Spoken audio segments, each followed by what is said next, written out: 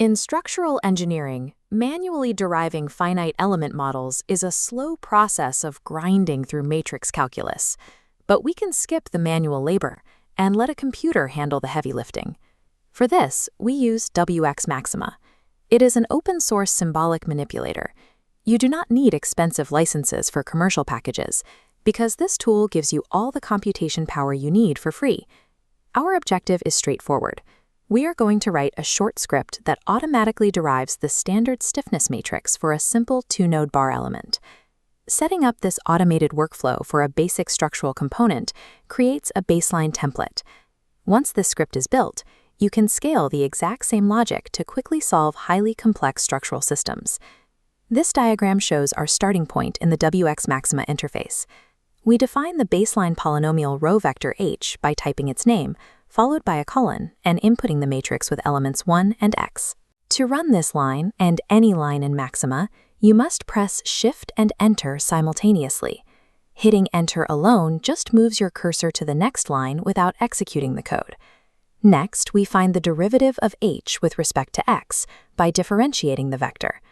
The output immediately gives us the calculated derivative of each element. If you alter the input variable to x to the fourth power, the software immediately updates the derivative output to 4x cubed. The underlying math scales and updates automatically. Reverting back to our original vector, our strategy is to evaluate this polynomial equation at the exact physical boundaries of the bar to extract our nodal values. We start by setting x equal to 0. Substituting 0 into the h vector gives us our first boundary condition, the row vector 1 and 0. Then we set x equal to L.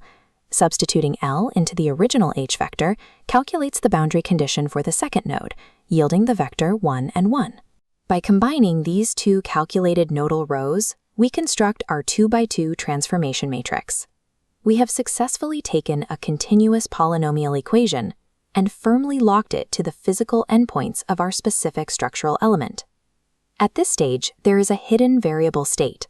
The software still holds the numerical value L for the variable x from our previous step. We use the function kill (x). This wipes any numerical value stored in x, restoring it back to a purely symbolic variable. If you skip this reset, your upcoming algebraic integration will fail, because the software will attempt to integrate a constant instead of a variable. With x cleared, execute the inverse command on the transformation matrix we just created. To derive our shape functions, we must multiply the baseline vector h by this newly inverted transformation matrix. This diagram compares two inputs to highlight a common syntax error. Maxima will not process matrix multiplication with an asterisk. You must use a period. By executing the correct dot multiplication, Maxima outputs the shape function's vector. This code output perfectly matches the theoretical shape function vector we expect. The script correctly translates mathematical theory into functional software logic. We are now ready for the most complex operation, integrating the elements to form the core stiffness matrix.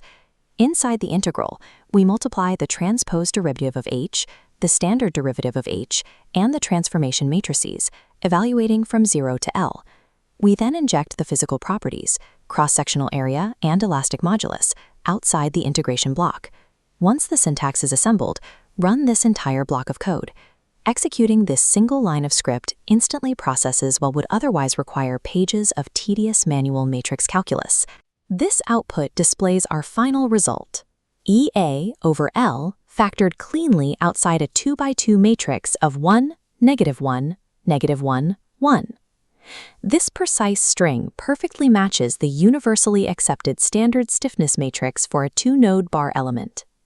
Save this exact script file. It is your foundational template. In the next lesson, we change one line of code to immediately derive the matrix for a much more complex three-node higher-order element. Computational tools speed up the math, shifting an engineer's time away from rote calculation and back towards solving actual structural problems.